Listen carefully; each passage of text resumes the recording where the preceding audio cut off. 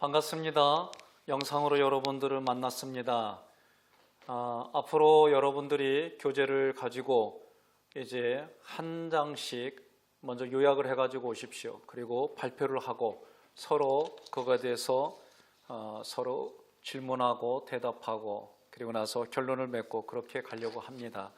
오늘은 제가 두 개의 챕터를 가지고 말씀을 좀 나누려고 합니다. 먼저 영성입니다. 그래서 기독교 영성이란 무엇일까? 첫째, 하나님의 실제에 대한 신앙적인 존재론적 표현입니다. 그래서 여러분들이 이 부분을 기억할. 두 번째는 영성에 있어서 신앙적 내용의 중심은 성경과 예수 그리스도의 인격입니다. 셋째, 하나님과 인격적인 관계에서 신론, 기독론, 인간론으로 여러분들이 접근하면 좋겠습니다. 네 번째는 신앙, 개개인이 공동체 안에 성화되지 않은 과정입니다.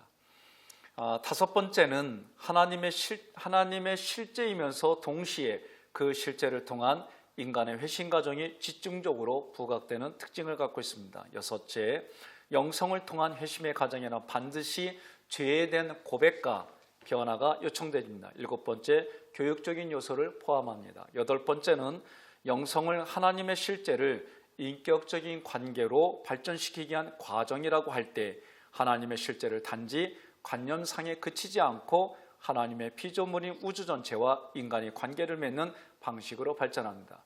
저는 기독교 영성이라고 한다면 한마디로 예수님을 닮아가는 겁니다. 이게 영성입니다.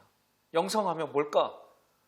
신비로운 여러 가지 많을 거라고 생각해요. 그러나 중요한 것은 말씀이신 예수 그리스도가 말씀으로 일하고 할 때는 실체가 보이질 않아요. 그러나 인간으로 오신 예수 그리스도를 생각나게 하고 그분을 따르게 하는 부분들에 대한 초점을 맞춘다면 결국 영성은 예수 그리스도를 닮아가는 것이고 내가 작은 예수가 되는 것이 기독교 영성입니다. 두 번째, 영성과 더불어서 우리가 중요하게 단어로 생각해야 될 게 부흥이에요. 리바이벌이에요. 이 부흥이라고 하는 것은 마틴 로이드 존스 목사님은 성령 충만한 것이 부흥이다라고 말을 했어요.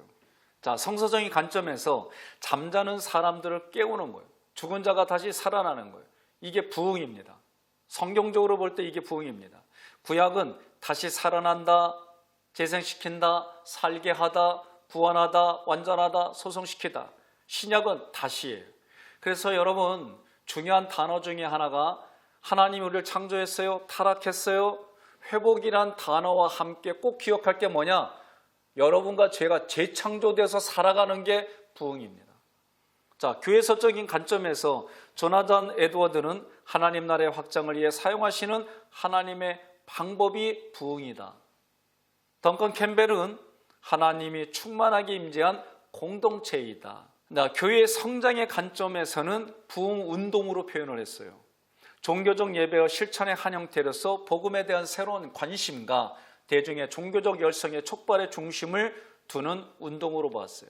자, 영적 부흥의 관점은 하나님의 구속사적인 사역과 연관되어졌어요. 제가 많이 여러분들과 하면서 강의에 상관없이 구속사 관점 그리고 우리 내면의 마음 다루는 부분들을 조금 관련되어져 있을 때마다 소개를 좀 하겠습니다.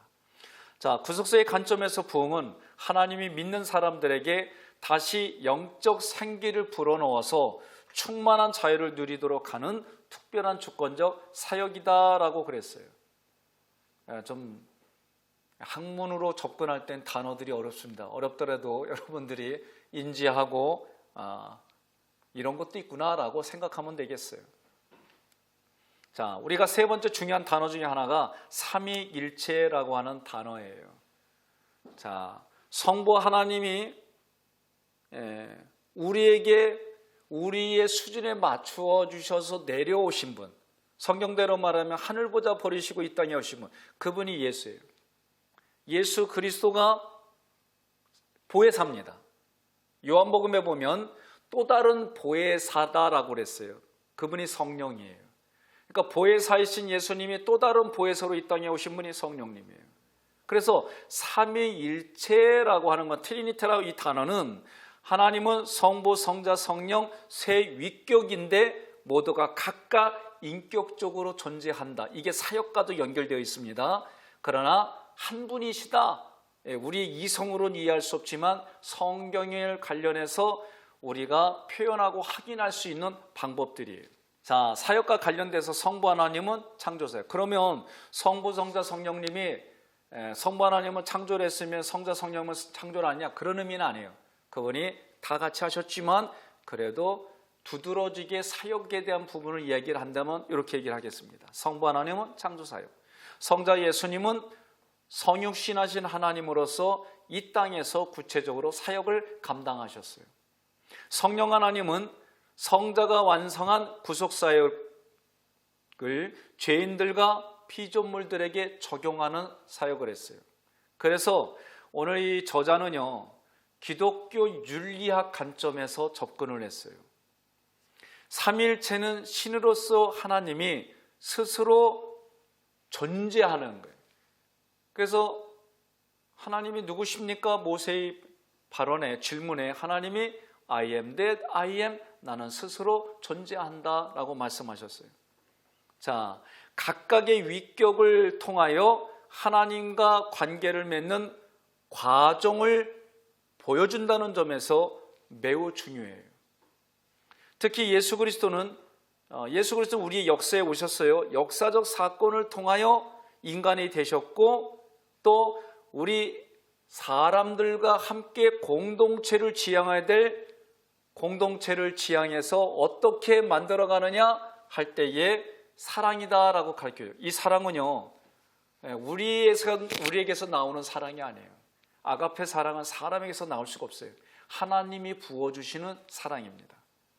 자, 이제 삼위일체 윤리에 대해서 말씀을 하겠습니다. 삼위일체 윤리는 누가 다뤘냐면 몰트만하고 보프의 삼위일체에 대한 이야기를 좀 하겠습니다. 첫째, 삼위일체는 사귐과 연합을 전제하는 상호관계 방식에서 개방적이다라고 그랬어요.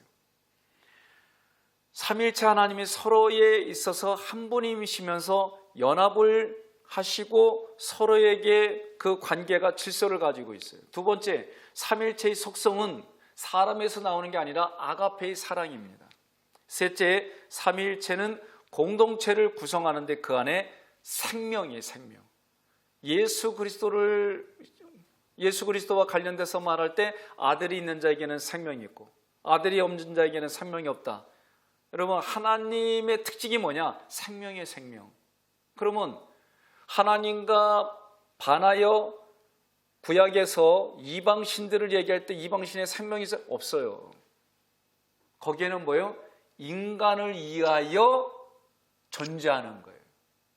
이게 여러분, 이방신은 자기를 위하여. 그래서 모세가 신의 산에서 내려오지 않으니까, 지도자가 보이지 않으니까 지도자를 달라고 해야 되잖아요. 근데 우리를 이끌어줄 신을 아론에게 만들어 달라고 하는 거예요. 자, 결국 하나님의 창조 역사에 주권이 누구에게 있느냐? 하나님께 있어요. 하나님을 통해서 자기 실현과 하나님 없는 자기 실현은 전혀 다릅니다. 하나님 없는 자기 실현은 인간의 바벨탑과 같습니다. 그러나 하나님 안에서의 자기 실현은 생명이 흘러가는 역사가 되어버립니다. 자, 두 번째로 영성과 하나님 이 챕터에서 크게 하나님, 예수님, 그리고 성육신하신 예수 그리스도, 성령님, 이렇게 챕터를 나누어서 함께 말씀을 나누겠습니다. 먼저 하나님, 유대교와 기독교 전통이 지배해온 서구 문화는 신이 전 우주를 창조하고 다스리고 그래서 창조 세계가 완성되고 실현되었어요. 이것을 구원이라고 하는 단어로 말씀하고 우리는 그 구원을 통해서 우리에게 믿음이 생겼어요. 자, 신은 다른 모든 존재와 달리 시공간에 한정되지 않습니다. 유한한 실체들과 관계성을 맺습니다. 모든 경험된 본질들과 원인, 그리고 일반적인 관계들을 초월하는 것이 유대교와 기독교 전통의 하나님의 개념입니다. 그러면 하나님에 대한 이해의 기원은 어디서 오느냐? 성서를 근거로 하고 있어요. 여호와의 핵심적인 특징이 뭐냐? 하나님께서 인간 역사에 관심을 갖고 인간과 관계하며 특히 이스라엘 역사에 이스라엘 백성들과 관계를 한다는 거예요. 왜죠? 이걸 선민 사상으로 가져갔어요. 하나님은 이스라엘 백성을 통해서 주변의 모든 이웃 민족들까지 하나님 믿게 하려고 하는 의도지만 이스라엘 백성은 선민 사상으로 전혀 하나님과 관련 없이 자기들 유익을 찾아갔어요. 그게 하나님 앞에 불순종입니다. 자, 하나님은 어떤 분이에요? 역사의 주관자입니다. 온 우주의 창조자이고 통치자입니다. 종교개혁은 신은 절대자이며 불변하고 영원한 전제로 정의를 내렸습니다. 신의 자족성과 영원성에 대해서 존재론적 개념들은 여전히 유지되었지만 각 종교 개혁자들은 신에 대한 교리를 가지고 기독교를 개혁적인 경건 또는 개혁적인 종교의 모습으로 구현해 나갔어요. 관념론적이느냐 아니면 경험론적이냐 철학과 관계돼서 우리가 또 공부도 할 필요성이 있습니다. 자, 근대에 있어서 하나님에 대한 개념들이 조금씩 바뀌어가는 걸 봐요. 자, 신에 대한 지식, 신의 실존에 대한 가장 근본적인 질문이 주목을 끌게 됩니다. 신에 대한 언어, 기독교 경건운동의 중심입니다. 곧 그 종교적 중심은 전통적으로 인격화된 언어를 통해서 표현되었습니다. 신에 대한 개념, 근대 신학의 논제에서 자주 논의되고 있는 신의 대리, 시간, 역사성과 같은 논제들은 신에 대한 기독교의 논의에 있어서 완전히 새로운 것은 아니지만 창조와 섭리, 종말론과 같은 조직신학의 주제들과 상관없이 새로운 내용으로 재구성되어져 가고 있습니다.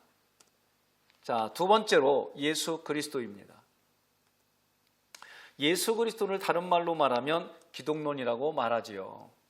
자, 기독론에서 예수를 이해하는 세 가지 입장을 다루겠습니다. 첫째, 기독론을 창조 설화에 등장하는 아담과 연관해 설명해서 첫째 아담, 마지막 아담.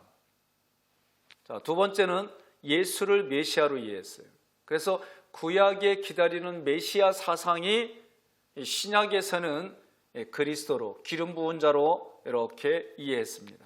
세 번째, 예수를 유일무이하며 본질적인 하나님의 아들, 영원 전부터 하나님과 함께 하셨고 인간의 생명을 구원하시려고 하나님께서 이 세상에 그리고 이 세상의 역사 안으로 보내신 존재로 정의했습니다. 자, 세 번째, 성육신입니다. 이 성육신의 교리는 하나님은 모든 사람을 위해 예수 그리스도의 위격으로서 인간이 되셨다. 다시 말하면 우리 사람에 맞추어서 이 땅에 오셨다. 그래서 예수 그리스도만이 하나님의 성육신이다. 오늘날 성육신한 인물들이 이 나라에 많습니다. 요새 코로나 때문에 신천지가 발각됐죠. 이만희 씨도 자기가 하나님이라고 얘기를 해요. 전혀 아니에요. 예수 그리스도만이 하나님의 성육신입니다. 자, 성육신에 관한 교리 네 가지를 다루겠습니다. 첫째, 예수 그리스도가 인간의 삶 속에 인격적으로 현존하신다. 둘째, 하나님은 인간의 모든 고통을 이해하시는 고통의 동반자라는 점을 통해 인간 세계를 통해 나타난 위험에 대한 책임을 지고 그 대가를 치러야 함을 인정하셨습니다. 세 번째, 창조의 궁극적인 미래는 사랑의 공동체로 이해되며 모든 기독교인이 바로 여기 지금 이 시간에 인간 공동체를 위하여 구체적인 행동을 하도록 영감을 주었습니다. 네 번째, 성육신의 종교인 기독교에서 윤리적인 부분을 중요하게 여겼습니다. 자, 이제 네 번째로 성령에 대해서 다루겠습니다. 성서 신학자들이 발견한 성령의 7가지 특징입니다. 첫째, 성령은 하나님께서 이 세상에 현존하심을 나타내는 필수 요소이다. 두 번째, 성령이 공간적으로 창조의 질서 안에 존재한다. 세 번째, 성령에 대한 성서의 이해는 하나님과 세계의 관계를 이야기한 근간을 제공한다. 네 번째, 성령의 사역이 창조 질서를 위한 하나님의 목적을 통해서 이루어진다. 다섯 번째, 히브리 성서와 기독교 성서 모두 신적인 사랑과 신실함의 근거로 성령을 강조합니다. 여섯 번째, 신약에서 성령은 부활하신 주님과 밀접하게 연관되며 결과적으로 세계 안에서 역사하시는 하나님의 구원이 강조된다. 일곱째, 성령이 자연 안에서 그리고 인간의 역사와 삶에 있어서 능동적으로 참여하셨다라고 하는 거예요. 자, 오늘 여러분들과 함께 요약해서 간단하게 25분 안에 요청한 부분에 지금 하려고 하다 보니까 이렇게 됐어요. 다음 시간부터는 여러분들이 이제 두 번째 챕터부터 요약을 해보시고, 그리고 출석부의 가나다 순으로 발표하고 서로 워크숍을 하고 결론을 맺는 그런 식으로 강의를 진행하겠습니다. 여러 가지 좀 미한 점이 있지만 부족하거나 궁금한 점 있으면 저희 메일로 전해주시거나 또는 저에게 질문하거나 문의해 주시면 성실하게 답변 드리겠습니다. 수고들 많으셨습니다. 감사합니다.